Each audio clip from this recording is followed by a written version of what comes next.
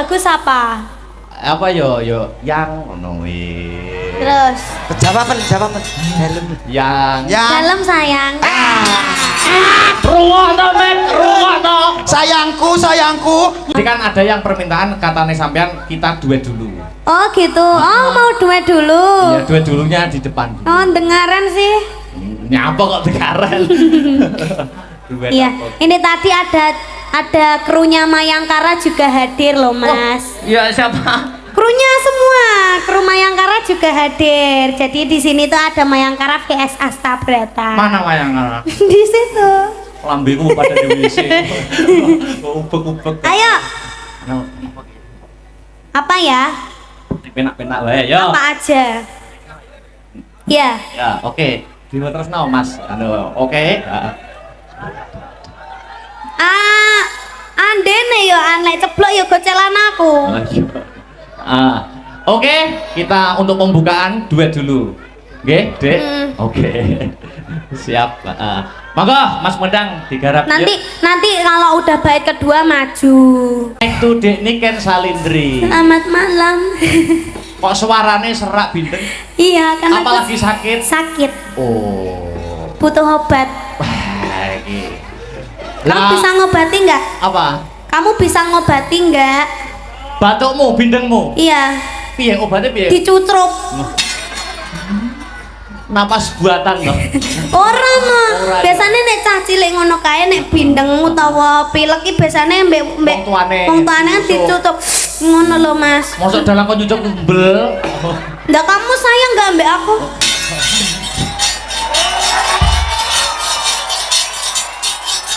Ya udah kalau kamu nggak mau Mas Badar aja. Hei! Aduh, memang ini kene dapuk kiai. Dadi bagian doa mun kene. Doa kok punungane mubeng-mubeng itu ngopo. Ya, malam ini kita ketemu di alun-alun Nganjuk. Iya. Kita tahun 2022 kalau nggak salah kita juga ketemu di alun-alun Nganjuk. Iya. Hari Bayangkara, Hari Koperasi. Ini kita ketemu lagi di alun-alun Nganjuk dalam rangka hari jadi Kabupaten Nganjuk ke 1087. Gimana? Mati Mike. Oh wes. Udah. Iya. Ya kita doakan buat warga Nganjuk. Ya. Semoga semakin sejahtera. Amin. Semakin sehat semuanya. Amin. Semoga semakin lancar rezekinya. Amin. Bisa nanggap Mas Akbar dewe-dewe. Amin. Akbar tok tapi. Lah nikahnya dijak ora? Ora. Lah nyapa? Hah? Lah nyapa ora dijak? Ini kan sakit.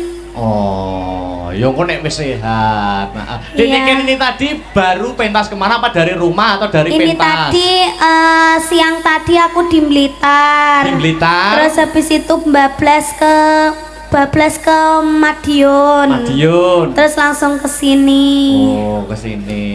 Iki bot-bote ngeboti Kabupaten Nganjuk. Peti sampean dong. Oh.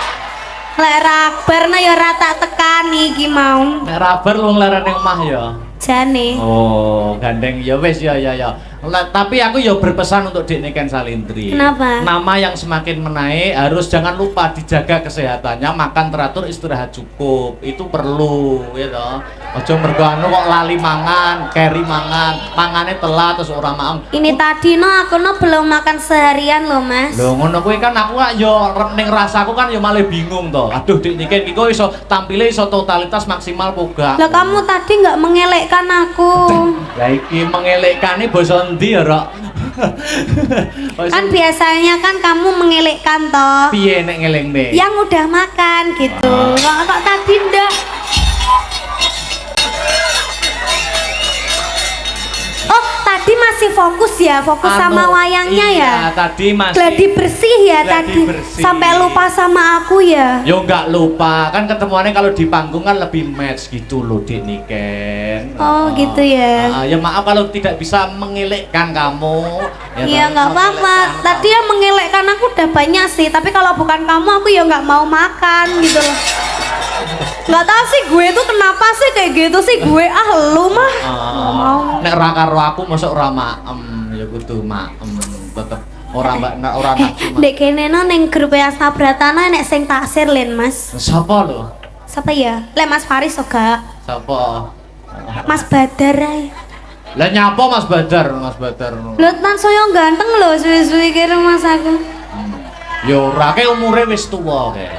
Lah tapi kan rong rabi. Alah rong rabi ke ya bener rong rabi, tapi ya wis ibarate anu Ya wis ra iso entuk adike entuk mase ae. Hei.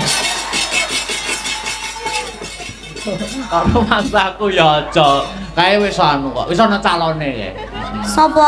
Ya mbok sapa wis ana calone. Oh, to Mas batalno ya, Mas. Wis ana. Batalno. Wis aja ngetek kok tekon terus. Mas aku kan saliman karo aku rong saliman karo aku ya ampun. Belum ya kesini dong. Mosok aku ning ngisor to. Wah, lah ngono lho, heeh. Ya kamu nggak mau ndek ngisor, kamu mau di atas. Maksudnya iki salaman. Ya wis kamu di atas, aku tak ning ngisor. Ya padha sejajar Mas Teh. Sejajar. Kamu tadi mendem ya? Ora ngamur. Kok lampunya brang-brang? Oh, kamu ngentut ya? Ora. Oh, berarti aku. Wis ngawur salaman sih. Aduh.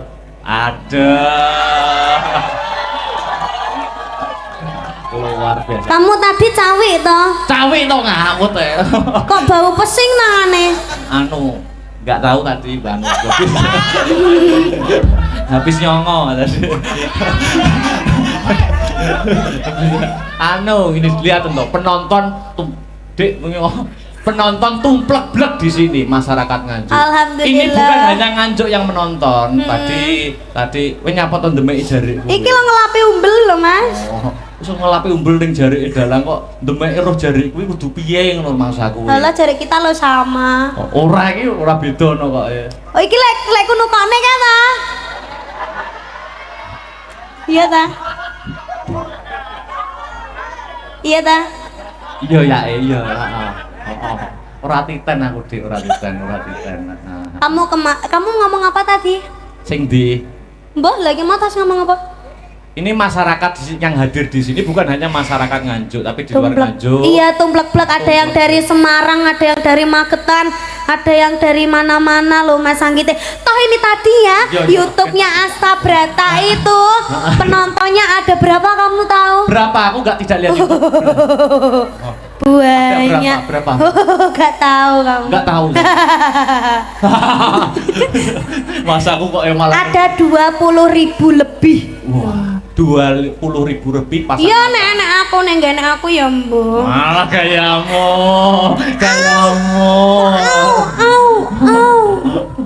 Oh, tak ngene tok kok au luar biasa. Iya, aku kemarin tuh pas Mas Sabar ndalang itu, aku ki ndelok pas karo Abah Kirun. Oh, di SMP 5. Ya. Abah Kirun ki nyebut jenengku nyapa to kok sampean langsung ngeprak wayang iki. Piye nyebut jeneng piye to? Oh, nek kok nek didikan ngono to. Jajal. Yo kan orangnya nggak ada gitu loh. Maksudnya orangnya nggak ada kok disebut-sebut gitu maksudnya. Malah kamu aslinya menjaga perasaannya siapa itu toh? Enggak. Dan lainnya toh. Enggak kok mesti ngono kuwi enggak ya, Dek. Enggak. Ya kan maksudnya sampean tidak di posisi SMP 5 gitu loh. Kalau ada sampean enggak apa-apa. Wah, luar biasa. Yo saiki ini tadi ada Bapak Bupati. Raine dalang dipuluk iki Mas. Ada nih gorengan. Apa matur apa arepan? Iya, buat Bapak Bupati Sugeng Rawo, Sugeng midhangetaken, Sugeng apa Mas? Sugeng Mirsani. Sugeng Mirsani ya ta. Bapak Bupati ini penggemar Agni Lovers. Waduh, so apa kuwi? Agni kuwi singkatan apa kuwi? Hah? Agni singkatan apa? Maksudnya masyarakat kan nggak ada yang tak masuk, masih banyak yang Agni tahu. ki aku Niken. Oh. Singkatannya. Oh. Tak kira Akbar ini ya gitu. Agni ki apa? Agni ki Akbar Niken. Akbar Niken. Pak Bupati. Oh, Pak Iya. Suryandoko. Dan ini nanti ya Thomas. Apa? Wong-wong ki dorene kabeh ki mengharapkan kita duet. Oke, siap. Tapi duetnya kok ya Mas lewes wayangane kukut. Lah. Aja saiki tok. Ah. Larpe duet wong ngresik-resik alun-alun. Ora aku duet. Ini tadi sudah ada banyak buket loh, Mas. Oh, buket. Aja kamu kok empuk sekali toh? Empuk ta? Suwirang ini to, Bukete. Heeh, lagi lho, buket. Aku ki berpentas mesti untuk buket. Ini apa kuwi? Gini, apa kuwi? Bawa sini Mas Heru. Wah, kuwi akeh ramblo kuwi. Itulah semua lo buat aku. Iya, percaya. Nah ini Dunhill ini punyaku ini. Betul. Rokok yang gunaku no. Ya. Loh, punyaku ini. Nah, iki lho, hari jadi Nganjuk ini banyak yang Ini salam gemati dari via WA ANBC. Ya, iki lho, hari jadi Nganjuk disponsori boneka iki lho. Wes Ya, oke ini banget ki. Heeh. Weh. Lah ini buat aku ini yang 50-an ini. Kamu kan udah banyak uang toh. Anggur duit yang ngedek ya. Ya ben ngetek kok duit gak penting gak ngetek wong lanang. Iya. Ya ini dari Tuh dimbruk nek kene kabeh wis. Heeh. apa? Iya, gini Oh bocor. dari siapa gitu tok lo Mas. Ya, ini dari Hong Kong. Bunda Ini dari Hong Kong, Bunda dari Bunda Susi. Susi Loh, juga. Miskin kok mending tau dijajah-jajah dadekne wayang. ngono wae kok. Nah, udah banyak sekali ini. Oke, terima kasih untuk yang telah mengirimkan buket. Nah, semoga Ya. dapat balasan. Oke. Ya, amin. Ini sebelum menaikkan bintang tamu yang satunya, Mas Kopet, Mas Dodo. Oh, ada bintang tamu. Oh, ada pelawaknya. Oh, Ada pelawaknya. Enggak ketok lo nggarai matanya aku. Ya belum naik kok Iya. Tadi kan ada yang permintaan katanya sampean kita duet dulu. Oh, gitu. Oh, mau duet dulu. Iya, duet dulunya di depan. Oh, dengaran sih. Nyapa kok dikaren. Duet Iya. apa? Ini tadi ada krunya Mayangkara juga hadir loh, Mas. Iya, siapa? Krunya semua, kru Mayangkara juga hadir. Jadi di sini tuh ada Mayangkara VS Astabrata. Mana wayang? Di situ. Lambemu pada di WC.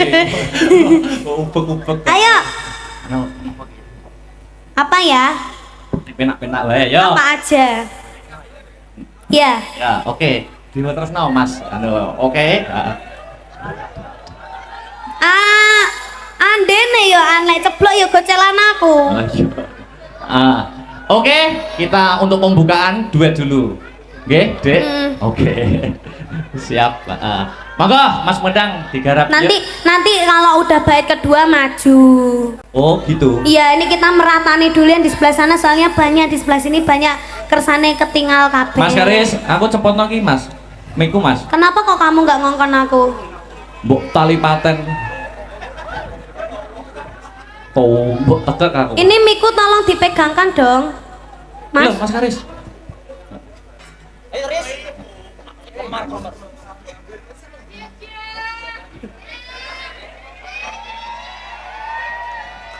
Ini kene kon mudari bu winter. Ish. Ya.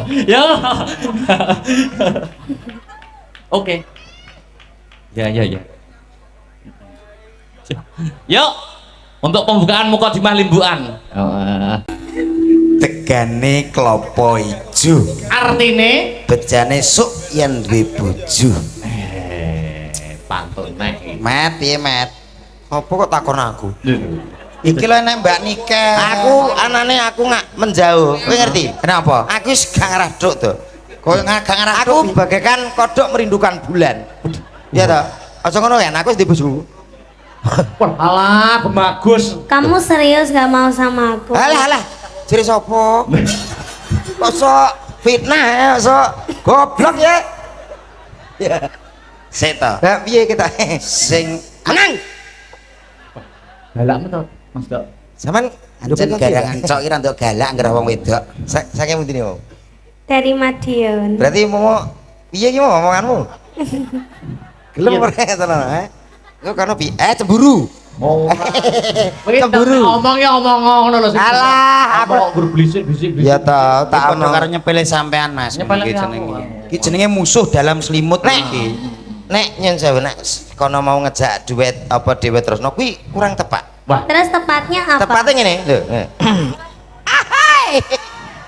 Alah. Ancen siluman ketunggeng cok iki trek tanduk rese trek.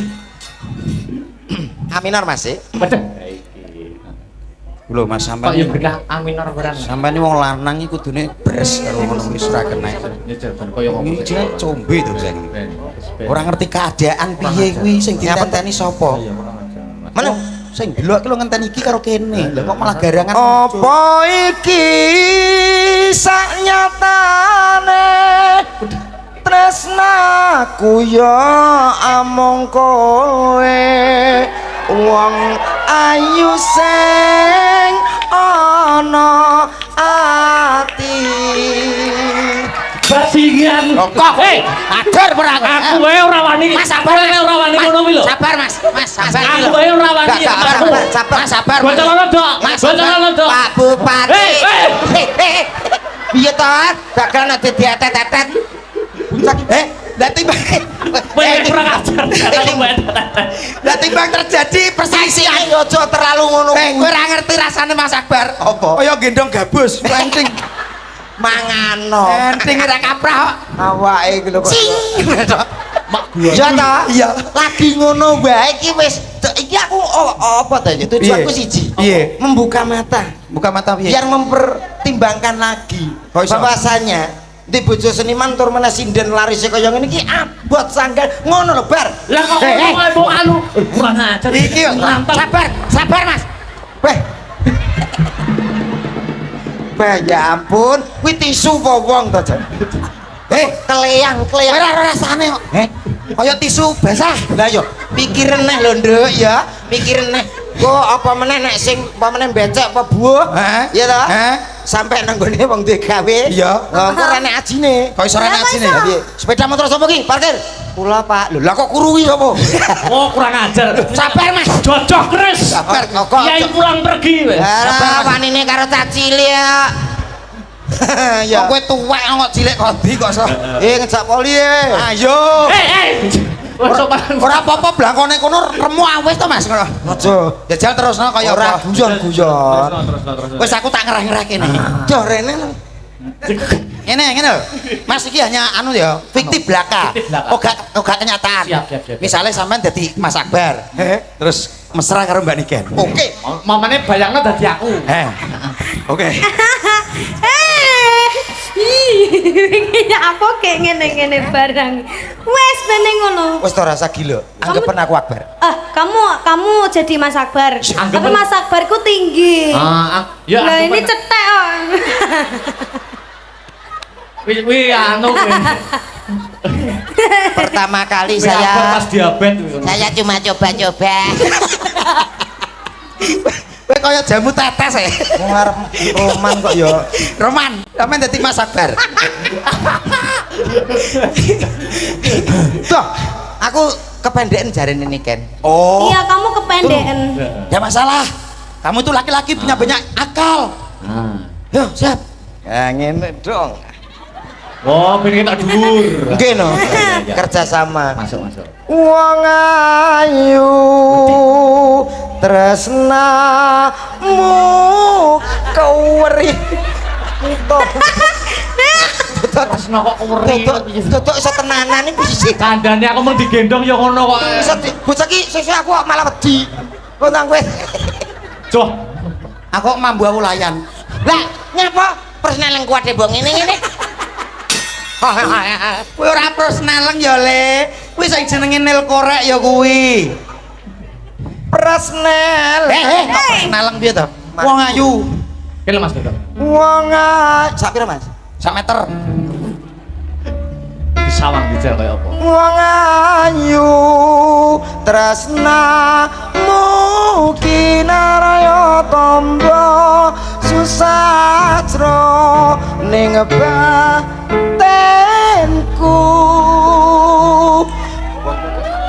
Wong bakal santap narasatimu.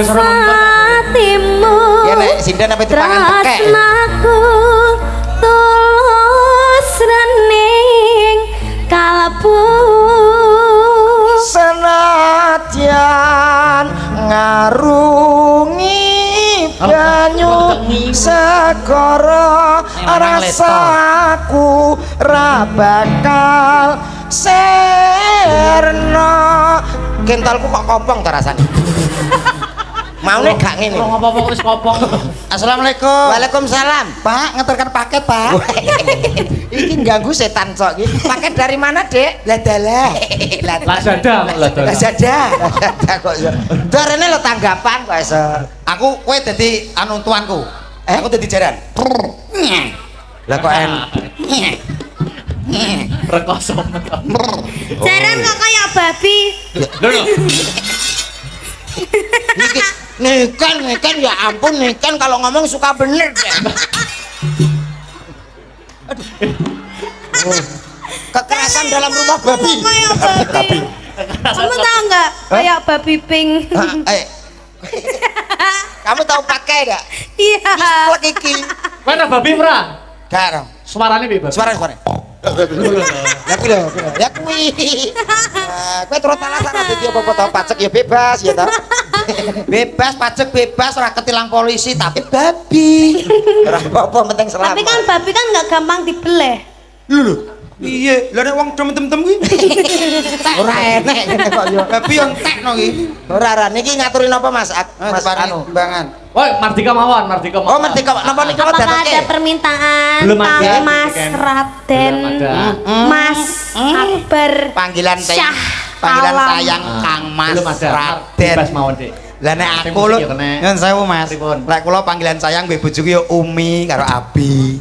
Loh, Gayane. Lah kowe apa panggilan mbek bojomu? Sing dibadhok kaya arang-arang kaya Umi Abi. Lah kowe panggilan sayangmu apa? Ya kare aku to. Lah nek mbek bojomu piye kowe? Aku biasa rene berat aku. kowe ngono kuwi jenenge budi sewe enggak boleh. Menjatuhkan bojo dhewe. Emang kalau yang bagus apa? Apa yo yang ngono kuwi. Terus Jawaban dalem. Yang dalam sayang. ruwah to, Mek, ruwah to. Sayangku. Astagfirullahaladzim. Aku wis kudu nyipok iki rasane. Masa tulungi Ken. Kita kelainan ke Sayang. Lah yo Mas. Ayo cium sayang. Iki apa to? Wes sesak paten iki kan. Aku malah geri. Mas Akbar tadi tuh aku tuh hampir dicium sama komet loh Mas. Siapa kamu? Dicium apamu? Masuk Dia mau dicium pipiku. Bres Mas klebet. Anu Mbak, anu. Masa toh, masa aku dipegang tanganku gini-gini terus aku mau dicium gitu. Dicium-cium gini? Heeh. Loh, Mas sama dede ngene. Apa? Cengking kowe Mas. Sampeyan mau dipiye, Dik? Dicium-cium gini. Gini. Heeh, cium Alah kono gitu. dhewe yo ngedek ae kok. Alon-alon jembar le. Yo suwe nek sing ciut meja biliar. Ya ora. Betul. Kowe betul kowe jare sing Lah ya kulo. bolone sapa to? Aku boleh dewa. Baldo. Ayo mau menghaturkan apa Dik Nike? Menghancurkan. Menghancurkan. Memang cinta itu Apa ya?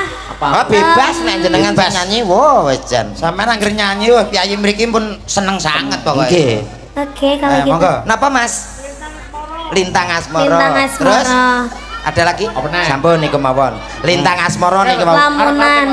Ah menika. Ingkang ajeng nyun sewu ngersake napa Bapak? Suara terbanyak. Lamunan. Nah, suara terbanyak langsung judi. Iya. Judi piye to kok judi gitu. Iki ngawur. Aku mbayangno Monggo, Niken Mas. Salindri nyanyi. Lamunan ya. Nggih. Judi. Mas Markaban. Wis lho. Iki sing pengendange iki ora sapa ya jenenge? Subeki. Apa gak mantan bojone Mbak Nela kaya udu kok ya. Pokoke tak sotek iki anu kafe kok iki. Dudu wong kuwi Sukri kok. Apa lagu sing terbaru iki? Bawa sumundul ngantos kahyangan Suralaya. Mangkono praptaning Hyang Narada marabeki kang lagya yoga brata.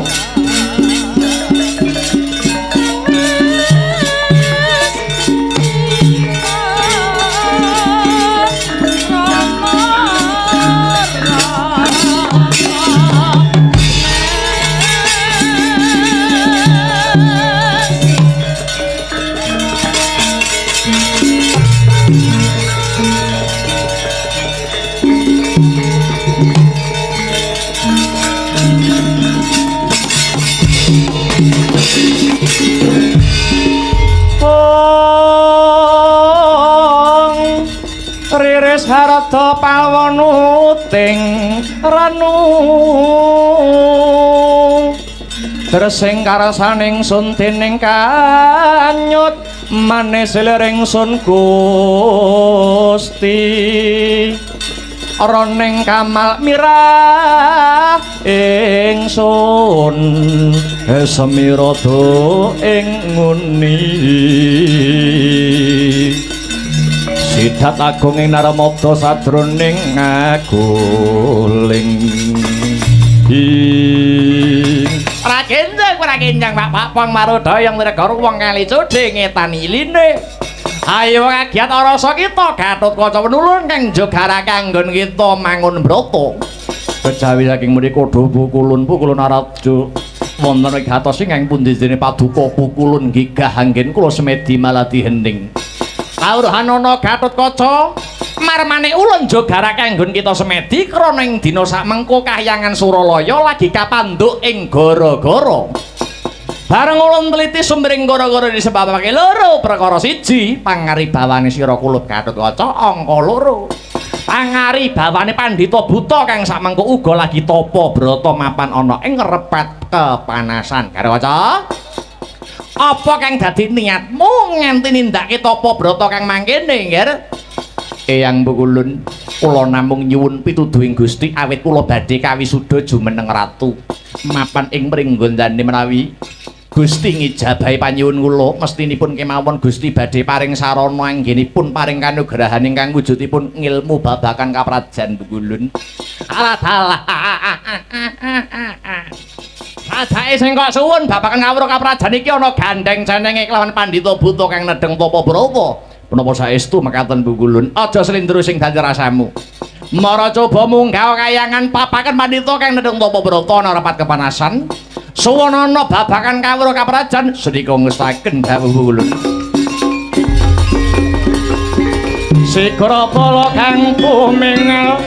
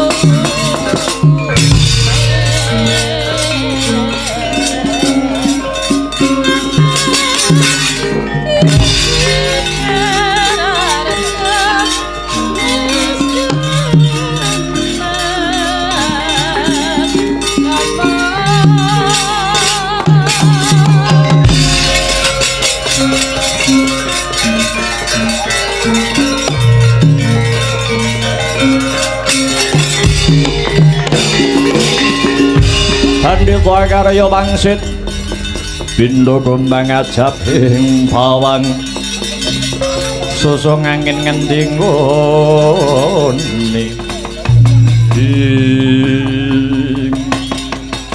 Satriya bagus brengose sak kepel sisih sapa kekasihmu ki sanak Gatotkaca sing dadi jenengku bali takon sapa peparapmu Pandhita Yaksa peparapku Begawan Rambana Aku Pandhita Kleyang kabur kanginan ana parigawe apa jeneng sira methuki marang aku he Gatotkaca sumurupa panemban sak siliring bawang maneh Gatotkaca bakal kajumenengake dadi ratu ing Pringgondani ngayomi kawula sak Pringgondani ora ketang sedidik aku weneng ngilmu babagan kaprajan tak nggo sangu anggonku dadi ratu kowe kok njaluk ilmu marang aku mung estu padha dawing dewa Begawan ya bakal tak wenehi nanging luwih dhisik tak teter kadigdayanmu Gatotkaca ora mundur sangkah bagus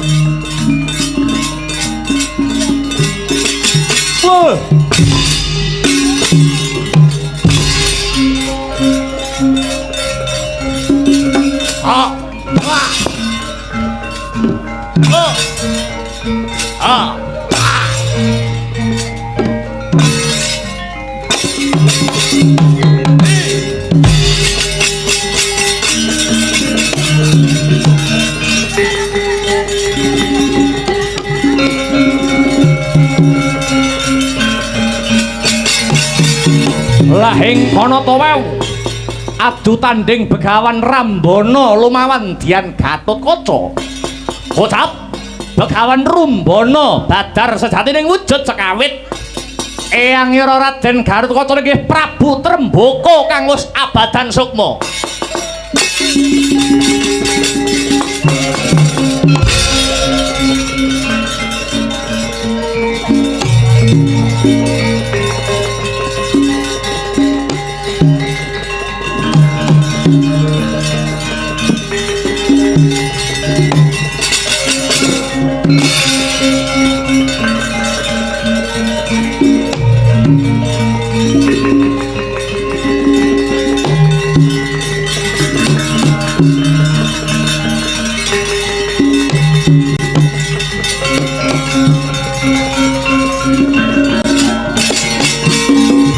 Kula putra ningsun sira iku wis wanci pisah lan jenenge wang ing tinemenipun Kanjeng Hyang Prabu Trembaka ingkang Hanjilma Pandhita Yaksa. Ngene ya kula puneyang banget bombong krana sira pinilih dadi ratu ana Pringgondani. Kabeh iki jumbuh kelawan idam-idamanku kula. Kang wayah namung nyuwun pangestu dhateng Kanjeng Hyang keparenga Gatotkaca nyuwun kawruh kaprajan minangka gegebengan kula Kanjeng Hyang. Ngene ya nggir. Wong dadi ratu kuwi kudu nindakake 12 bab. 1 teguh kelawan agamane. 2 nggatekake kebutuhane kawula kanthi srana mbrasta papa lan cintrakane kawula. Angka 3 cedhak lawan wong pinter, aja pekewuh anggayuh wimbuhing kawruh lan ngudi marang indahing ilmi. Angka 4 ya kuwi ngajeni marang panemune liyan sarta menggalih panemu mau kanthi srana sarasehan. Angka 5 ngayomana prakawula utamaning para wanita. Awit wanita mau dudu barang dolanan ya nggir. Angka 6 nengenake kebutuhane bebrayan kanthi hambangun papan pangibadah, mbangun papan pawiyatan, mbangun panti usada lan hambangun pasar kang sarta dalan ya nggir. Lho inggih ngestaken dawuh Kanjeng Hyang. Angka 7 ngedahana wicara lamis. Awit wicara lamis bisa netelke kawibawan. Angka 8 aja gampang nibake pandakwa tanpa bukti kang nyata. Sabanjure angka 9 ora gampang percaya ujare kandha kang tanpa panaliti ya kula. Sabanjure angka 10 aja gampang nganak mas marang Narapraja lan kawula. Sebab adaan nganak mas iku sok keladuk sembrono kepara wani nyatut asma Kinaryagoda. Angka 11 aja dak siya marang sapadha, hukum kelawan ganjar kudu lumaku padha. Angka 12 kulina ngunjara nafsu kang kurang prayoga, seneng atapa demena prihatin ngedoi marang watak Dursila ya kulub. Lho inggih Kanjeng Eyang trawaca pangandika paduka badhe kula estakaken. Gandeng puniyang wis marem ketemu kelawan sira Gatotkaca. Uga wis ngethok tularke kawruhku marang sira. Enggal bali ana pringgondane sladiyanti-anti kelawan para pebunden. Puniyang nyuwun pamit iringen kanthi donga kang kandhas ing batinmu. Kanthi maca umul kitab kareben gangsar anggonipun Eyang ngadhep marang Gusti ya kulub ngestakaken dawuh Kanjeng Eyang.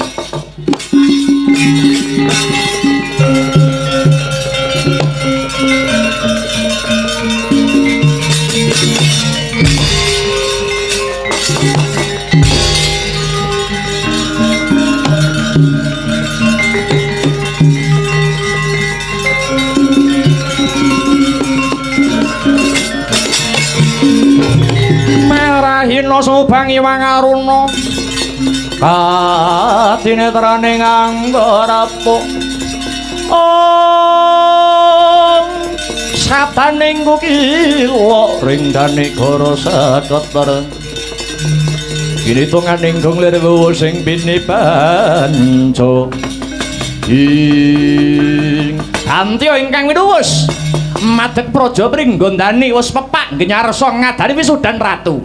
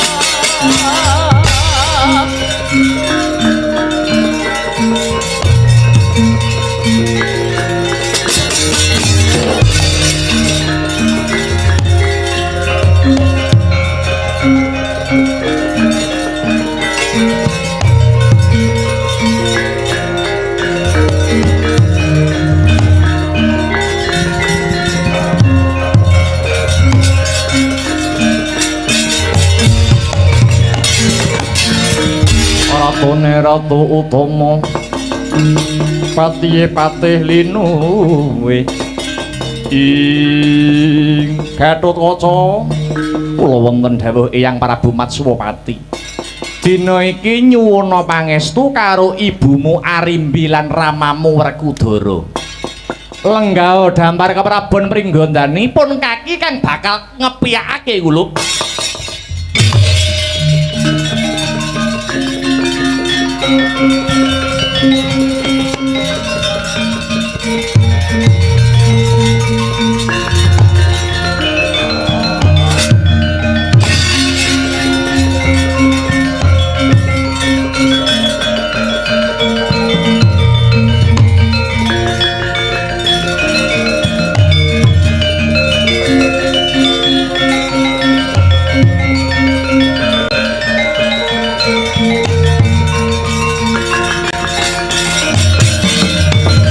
Sakwise Gatotkaca lenggah ana damar keprabon pringgondani dina iki pun kaki kang bakal netepake lan ngepiyakake arene wis sawetara suwe pringgondani kumplang pasewakane lah dina iki wis ana kang minangka dadi pepayunge para kawula dasih pemimpin nom-noman ya isih trah pringgondani tak tepake ing dina iki Nalendra Pringgondani jejuluk Prabu Anom Gatotkaca. Ya.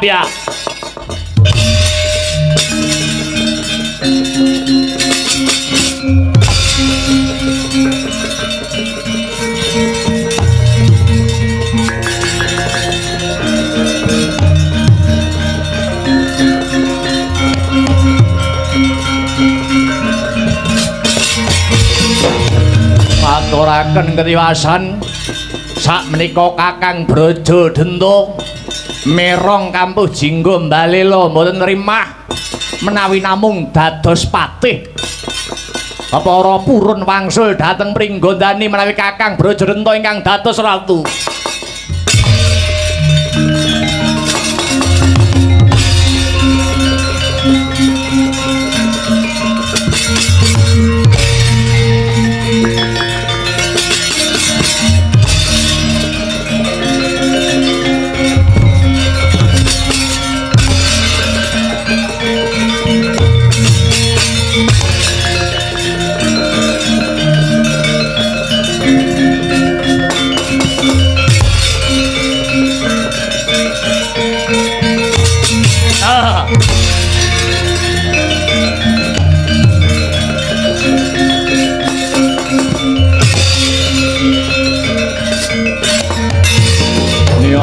Rupa saking Kutha Sakura kula yen atana mutusa sang Sri ing punika Kakang Mbok arimbi ingkang merepeki kula. Ya Brajadenta.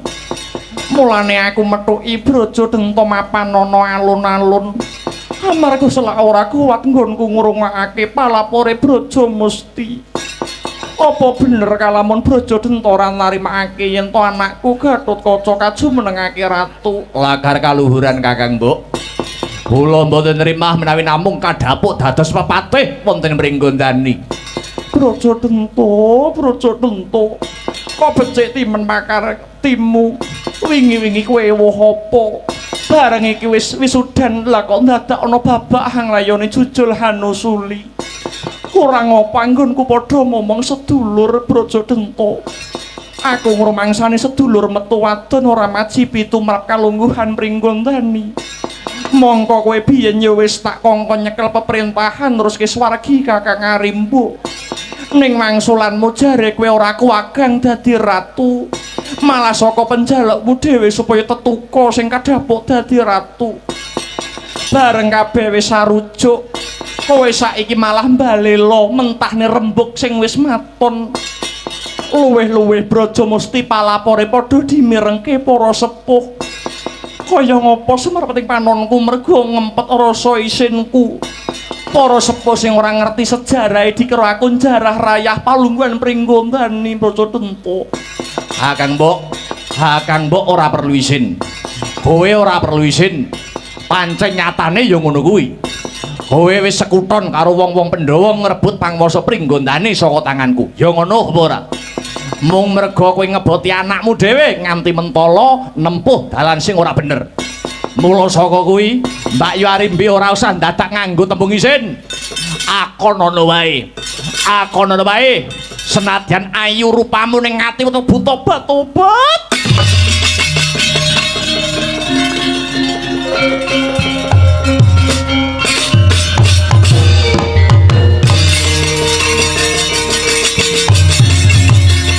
Ayo pakridaku Brajadenta.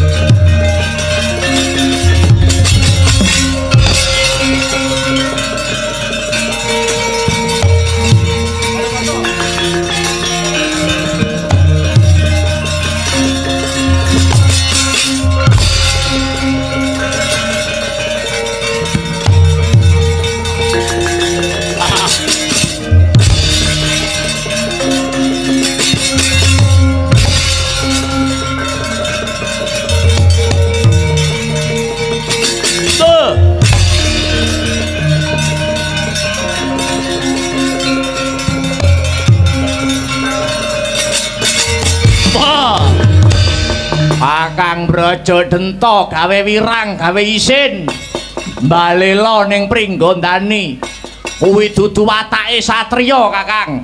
Iya Kakang Brajadenta kowe aja rusak ajak-ajak dosa ngupaya kanca. Braja lamatan lan braja wikalmu buta goblok.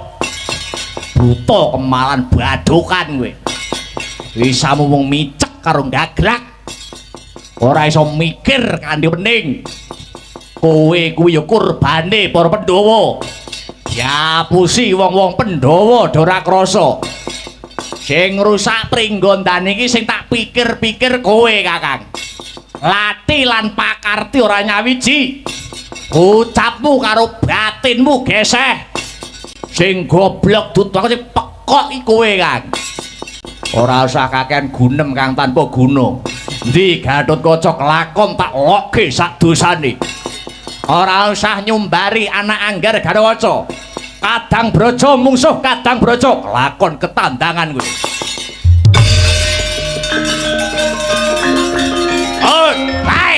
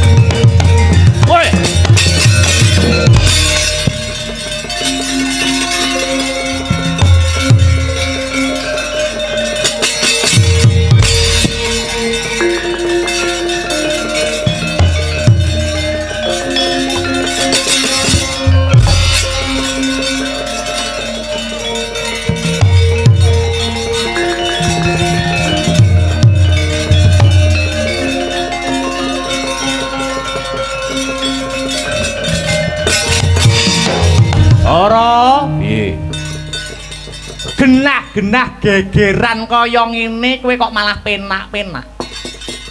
Jal sawangan sing perange sapa kek? Arimbi karo Bradadenta. Arimbi kae apamu? Bojoku. Lah iya. Wong genah bojomu direwangi adus keringet adus getih lah kok kowe ora belani. Loh, iki rebutan kamukten. Sabab apa aku kok kudu belani? Iki rebutan kamukten Pringgondani. Kamukten Pringgondani ben diurusi wong Pringgondani dhewe. Aku wegah melu-melu. Aku gelem milik karo Pringgondani, Bradadenta, Brajamusti sak sedulur-sedulure tak pites mudar wingi-wingi. Negara Pringgondani rasah taren karo aku. Lah nek bojomu cilik tumekaning lara, gedhe tumekaning pati. Wong gelem urip kudu wani mati. Mati kuwi wajib. Iye kuwi. Angele. Guneman karo priyayi iki. Bojo e, Gong. Ayo. Bojo e. Aku tak eman-eman, Truk. Ayo. Aja to kon perang, bojoku dilirik-kirik tak beleh kok kirike. Ayo. Terus tak sate. Sluntrunge malah badokan kae. Yen bojomu nganti mati kowe apa ora kapitunan? Bojo mati ya golek neh. Lho. Perkara Pringgondani aja pradulke aku. Gatot kon temandang. Aku wegah melu-melu ngisin di sini.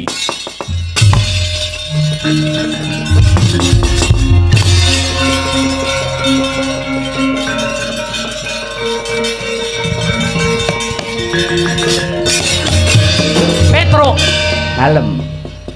Janjane aku takon ngene, iki mung kepengin ngerti sepira tulusing bebudene Ndaramu Werkudara. Ndaramu Werkudara kae isih gelem melu urusan Pringgondani apa ora? Nyatane kok ya ora. Ayo, saiki nek ngono Werkudarane ora gelem perang. Ayo, saiki kresnane kudu perang. Alah, dapurmu. Pur mengongkon aku. Tak goleki jago.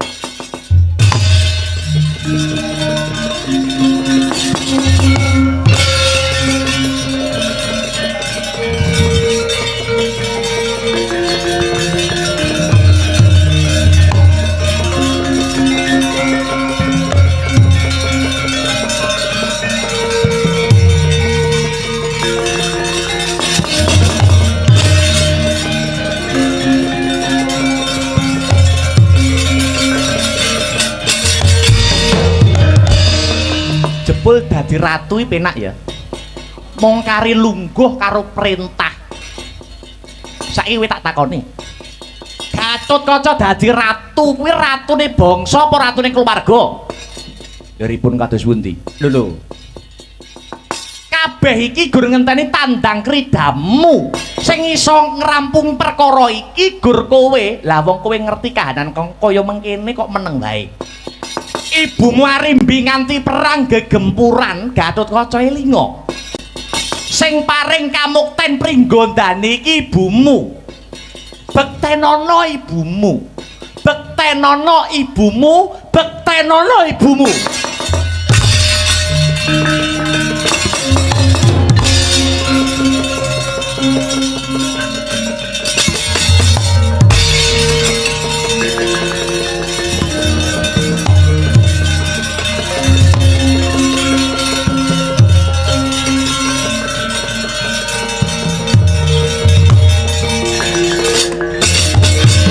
Aritaning satriya linuwe kang marodi mring Gautaman ing paman Brajadanta paduka paman ampun ngantos dameling sem menawi paduka milik palungguhan pringgondani monggo sak mangke pringgondani sak wetahipun kula borongaken paman Brajadanta. Ora usah macak melas kowe. Kabeh iki iso dumadi mergo akal julike wong-wong Pandhawa kalbu bapakmu. Mergo Pandhawa ki nglungguhi negara Ngamarta. Pandhawa ngrumangsani Ngamarta ki negara cilik. Bisane gedhe kudu diblengket karo Pringgondani.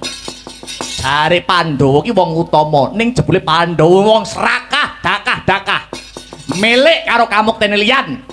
Kowe bocah wingi sore durung iso apa-apa dikarbit dadekke ratu. Mung mergo saka Pandhawa pengen gedheke keprabon Ngamarta. Iya apa ora?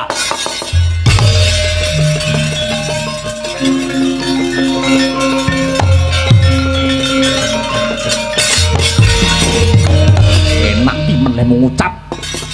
Ora watak bepunden Pandhawa edan marang kelungguhan. Kanjeng Rama golek kamukten dhewe direwangi babat alas. Paman Brajadanta, kowe mblenjani janjimu mbiyen. Kowe ora pantes tak pepundi, pantes tak punjung nganggo kepelantangan. Bagus. Dibake mbat-mbat jalen pedhot pialungmu we.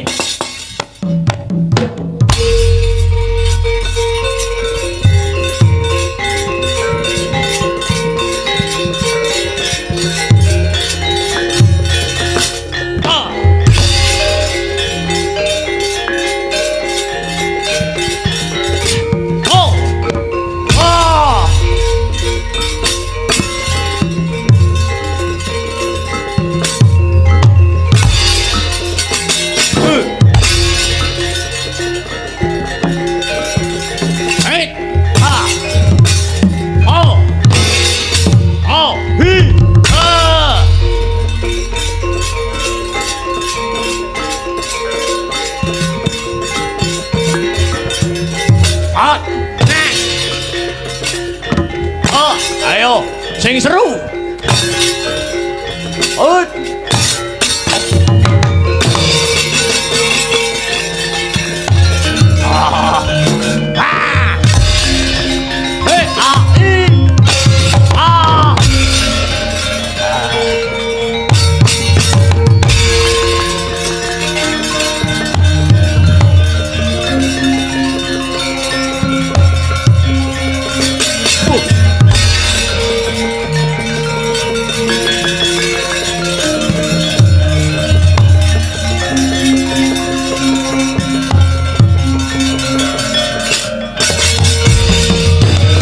Pripun ngger Paman Bratjamesti? Abot rasane ngatiku paman aku perang musuh pamanku Dewi. Ngaten mawon nggih ngger. Kula melu sabiyantu kula badhe mlebet wonten epek-epek panjenengan ingkang giring mekaten paman. Nggih. Mangke kula aturi namaaken dhateng Kang Paman Brajadenta nanging wanti-wanti weling kula nggih ngger. Menawi mangke wonten kahanan ingkang ngelok-eloki ampun kaget nggih ngger. Gatotkaca kudu menang.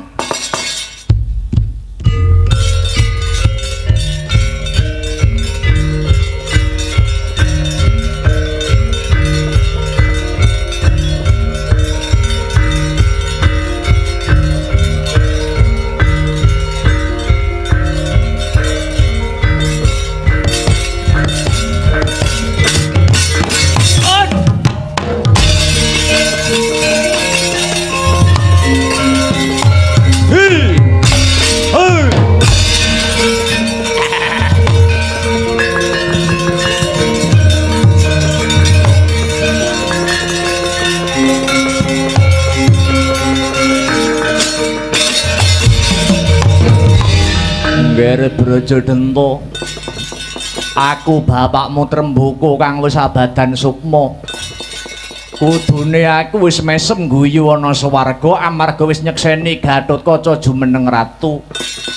Ning bareng nyumurupi polahe Brajadenta kang kaya mangkono tetela nyandet-nyandeti nggonipun Rama manjing swarga langgeng. Brajadenta kowe lali karo ucapmu yen kowe tetep uguh bakal mbalela kepengin dadi ratu. Padha karo kowe nyengkake bapakmu iku mlebu ning neraka jahanam Brajadenta.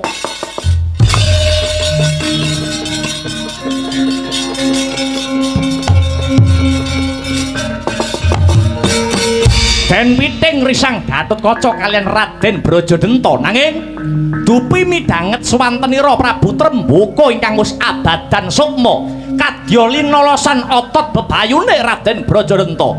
Rumangsa getun awit pangecuk-ecukira Pati Sengkuni. Dupi lena sang Brajadenta tanggap sang Gatotkaca. Radyan Gatotkaca ngetok karo sang kang pungkasan.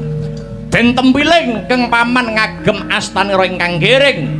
Gugur sang Brajadenta manjing ana astanira sang Gatotkaca ingkang nengen.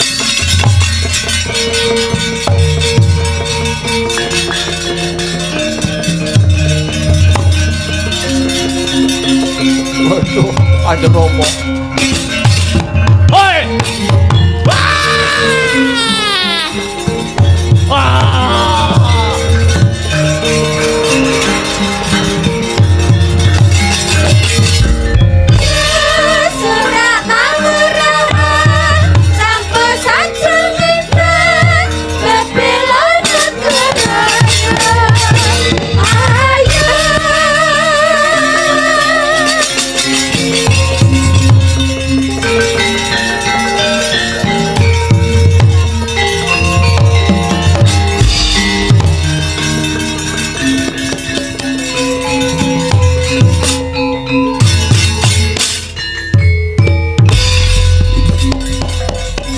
Gatotkaca aja kaget ngrasakira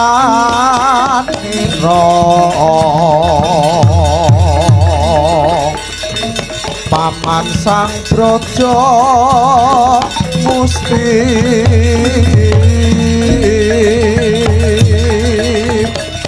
paman Brajadenta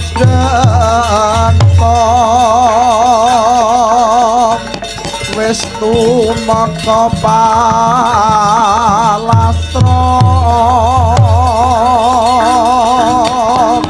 bakal manjing dadi siji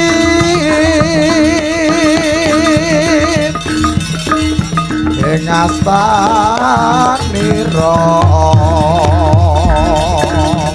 kinarya aji haji.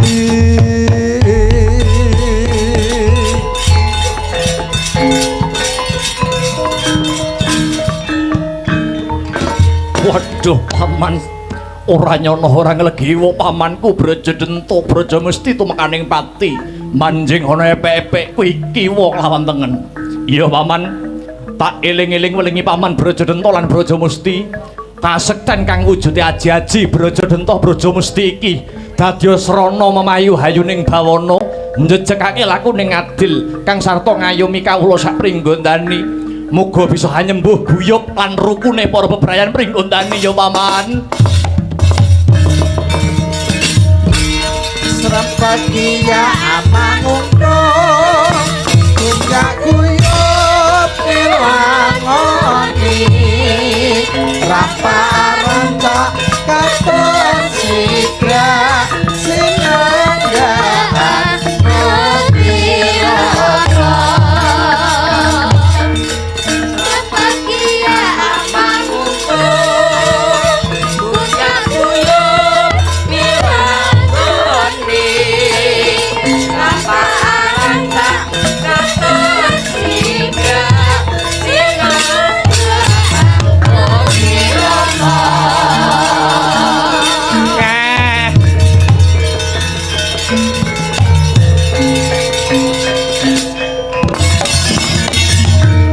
Iki Brajalamatan, aku Patih Sengkuni. Brajalamatan, kudune kowe ora trima kakangmu Brajadenta mati. Jal saiki pikiren wong sak pringgondani iki sing mateni wong-wongane Pandhawa kabeh. Bapakmu Tremboko biyen sing mateni Pandu, bapake Pandhawa. Kakangmu Arimba sing mateni Werkudara. Lah kok saiki kakangmu Brajadenta dipateni karo anake Werkudara. Cetha yen Pandhawa kuwi arep ngrusak pringgondani saka njero. Lah dalah iki penyakite sing marake rusak.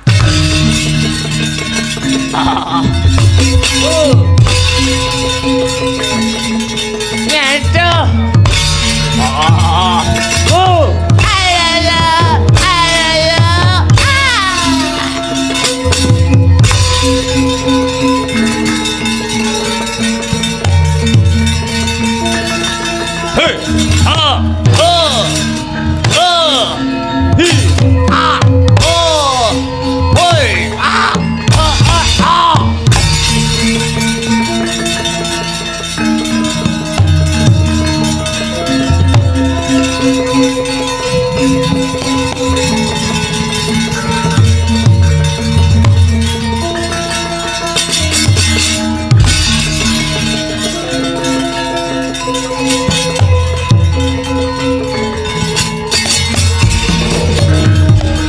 Jago kluruk rame kapyarsi wawa kalong luru pandelian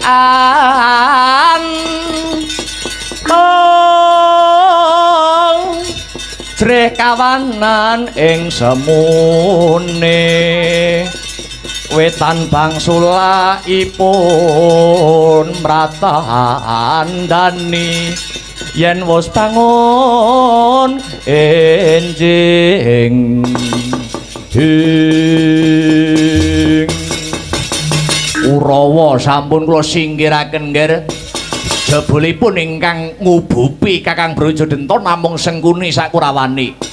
Sejarah sampun mbuktekaken wiwit Rama Prabu Trembaka riyin ingkang ngadamel pringgondani lan ngastina memengsahan punika inggih awit pakartinipun Patih Julik nenggih Sengkuni nika nggih.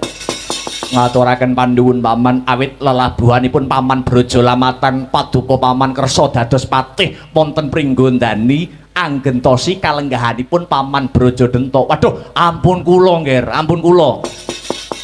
Kula ngrumaosi taksih cubluk ing reh kawruh kaprajan mboten napa-napa paman. Sedaya kula wau saking niat kula kepengin ngurmati lan ngluhuraken pepunden trah braja. Paparenga paman Brajalamatan dados patih wonten pringgondani kula paringi tetenger Patih Prabakesa. Astabrata.